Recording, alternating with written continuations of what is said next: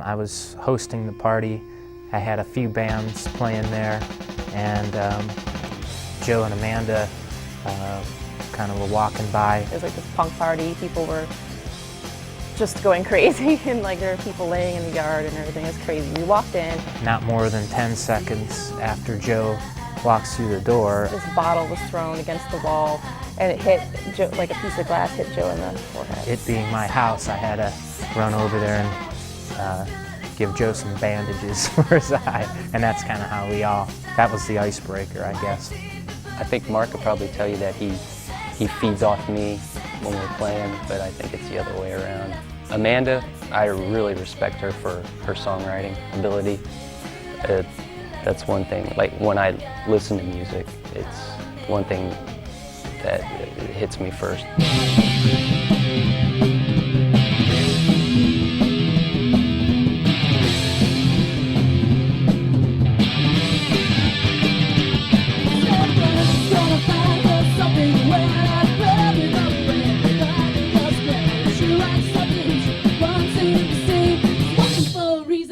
Just a taste. Gonna give it all that you got, and sure ain't standing in the right spot. But she punches all the dance like a jack.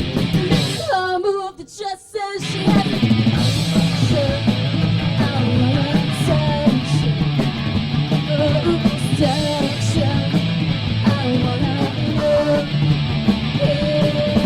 Touch her. I wanna touch it.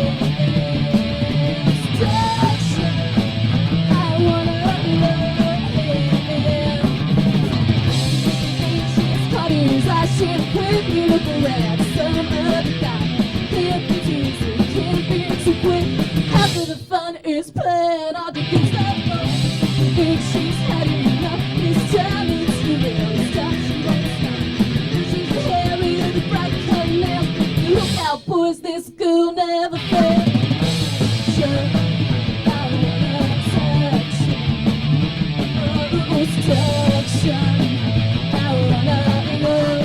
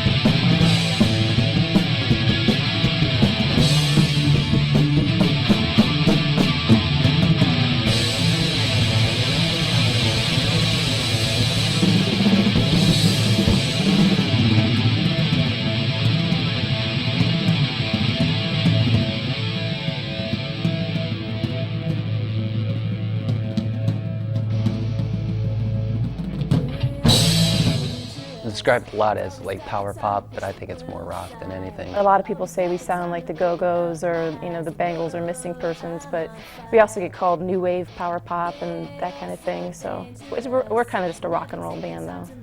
Genre-wise, I guess it would be power pop. You get the pop from the melody. I think the music is more rock. Really aggressive guitar playing, solid drums, and melody type vocals, and that all mixed together kind of creates a power pop sort of sound. It's poppy, it's rocky, whatever. Go-karts, the guys there are great, and I think they're really behind us.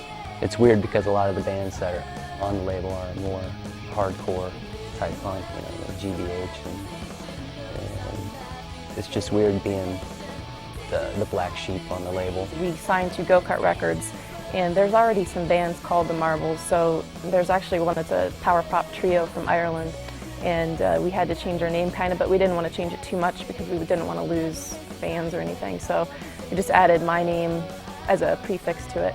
And it's kind of like Holly and the Italians did, we just wanted it to sound kind of like that. So Manda and the Marbles kind of flowed well, so we just stuck with it. Fast Cars is just about, I think it was mostly written about traveling and being on the road and kind of going from city to city. You see a lot of different people and a lot of, like the guys deal with a lot of girls and things. And that was kind of inspired by that, and also just, feeling sometimes like you're not making it and you're not getting where you want to be, and being frustrated with that. That's kind of what that song is about.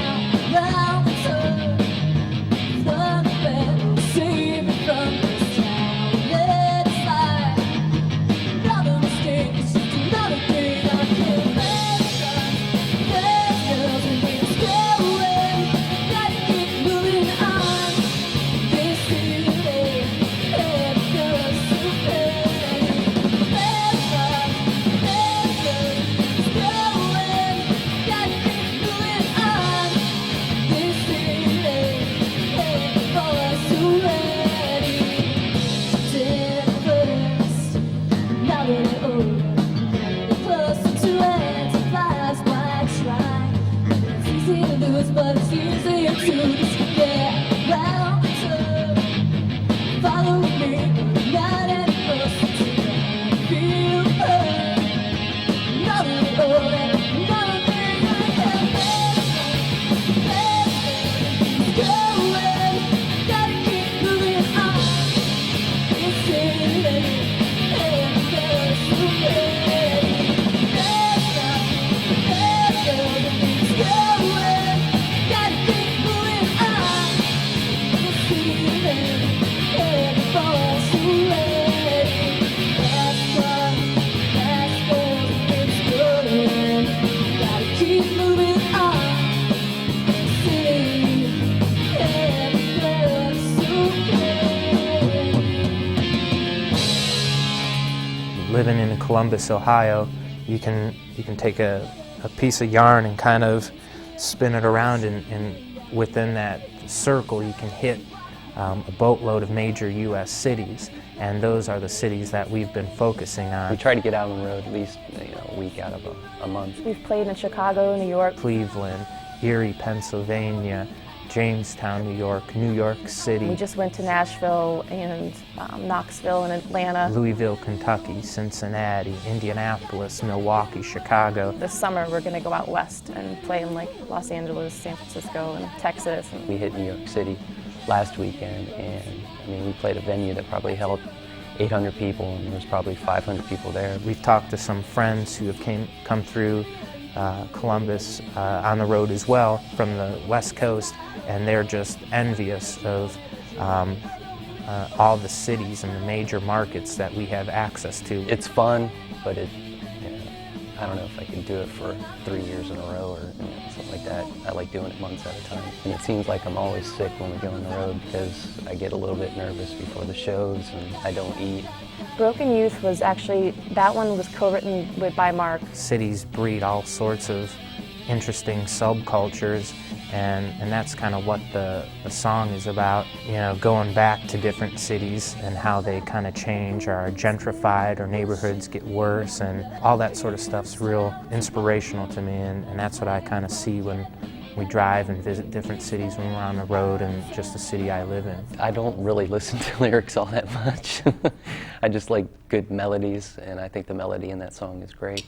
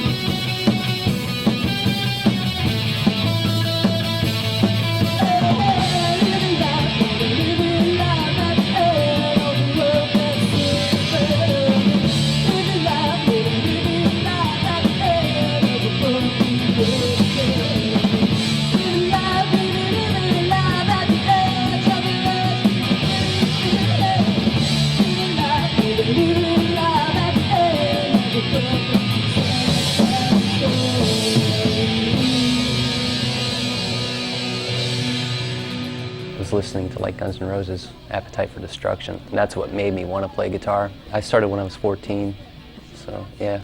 I'm just not a talented guitar player. I wasn't born to play guitar. I just forced myself to do it. Just kind of bugged my parents for a set when I was probably like 8 or 9 years old. They got me one, and I've been playing ever since. My favorite place is Bernie's. to play. I just like being up front. If there's a lot of people there, the energy is amazing. Our first show was at Bernie's Distillery, and actually when we showed up, they told us it was double booked and we got kicked out and sent home. So we didn't even get to play our first show technically.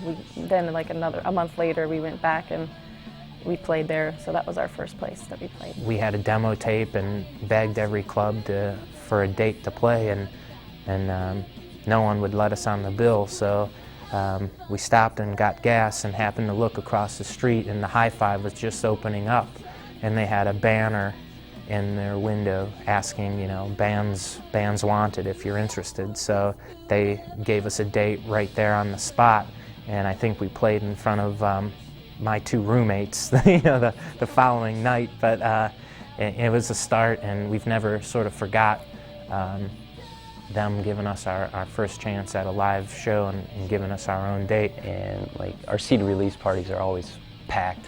Like, we've had 2 so far, and every time it's just it's great. Usually the first time through a town, you know, there's a handful of people there. Next time through, they tell their friends. The CD had been out longer. You know how to promote it well, or you know what the local papers are to kind of hit for reviews of the show and so forth. So the more you play a town, the bigger the crowd seems to get when you play there.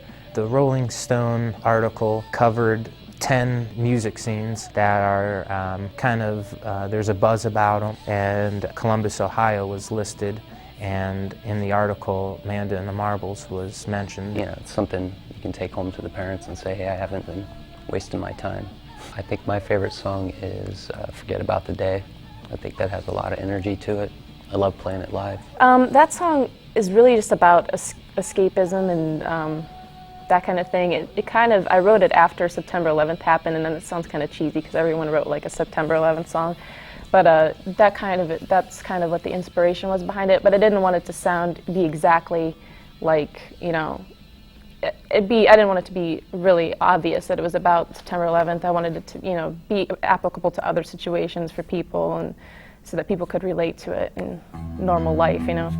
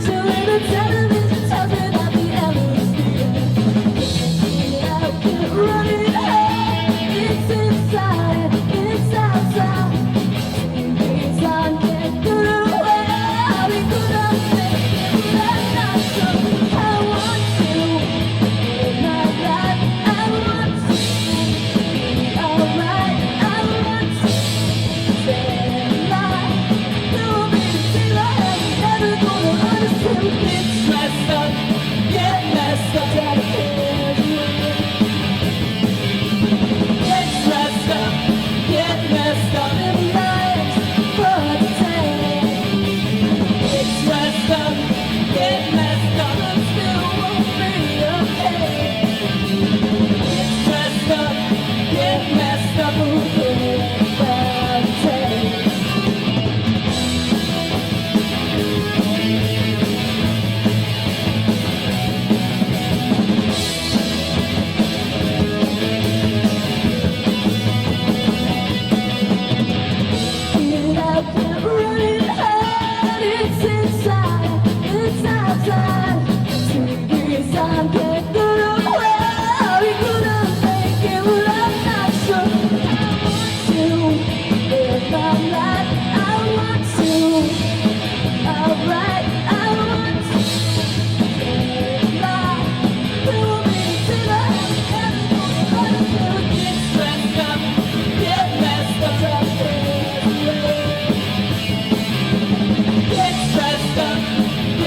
messed up and lost. Stressed up, get messed up, but still won't be okay. Get stressed up, get messed up, who cares about the same? Get stressed up, get messed up, who cares about the same? Joe is great to have in the band because he brings an intense energy to the stage and to the live performance. And being the drummer and kind of set back a little bit, I get to see Joe move, I get to see Manda move, and as a result, I feed off their energy. Joe gives like 110% every show we play. He's energetic, he's leaping around and all this stuff. Joe attacks the guitar when he plays, and he's just a powerful presence on stage. And in pictures of him, he always looks like really sweaty and gross, but that's, you know, because he's just giving it all. He's great to travel with, and I wouldn't want to play with two other musicians than Joe and Manda. I really respect her for her songwriting ability. She writes the songs, or most of the songs. She's a talented bass player. In addition to all that, she is the one who's really involved in booking our out-of-town shows right now and making sure we have a travel itinerary when we hit the road. Well, Mark's like, he's just amazing, an amazing drummer. He's put so much, like, and it's funny because when I watch him on video, you know, I'll see him, and because I never get to watch him whenever we play, you know, I'm just standing, you know, facing the crowd, and then when I see us, you know, a tape of him, he just is so intense. I mean, his head's down, he's like, you know, going crazy, and sometimes he'll stand up, and he's really, you know, showing itself just watching him play. He's great. He's a great drummer. I think Mark could probably tell you that he feeds off me when we're playing, but I think it's the other way around. I kind of look back at Mark and see how he's doing. You know, it's the same thing like when we have practice. If he's lagging in practice and not feeling it, I'm not feeling it, and it's great that way. And he drives the band all the time too. So we have a positive energy between us. There's a really good vibe between us, and I think those relationships get put to the test when you're out on the road, and the fact that we're still together and have been since 1997 kind of alludes to the fact that, you know, we do gel pretty well together. We're all pretty good friends. I'll get a call on a Friday night and say, hey, do you want to go hit a bar or go see a band or something like that? I can't think of two other people that I would want to be playing music with more than these guys. I mean, we're all really dedicated to the band, and we've, you know, a lot of our lives has gone into, and time has gone into the band, and that's good, I think. So it used to be to just have fun. I mean, that's still our goal, is just to have a good time. But now we've gotten a little more serious. We want to, like I said, tour.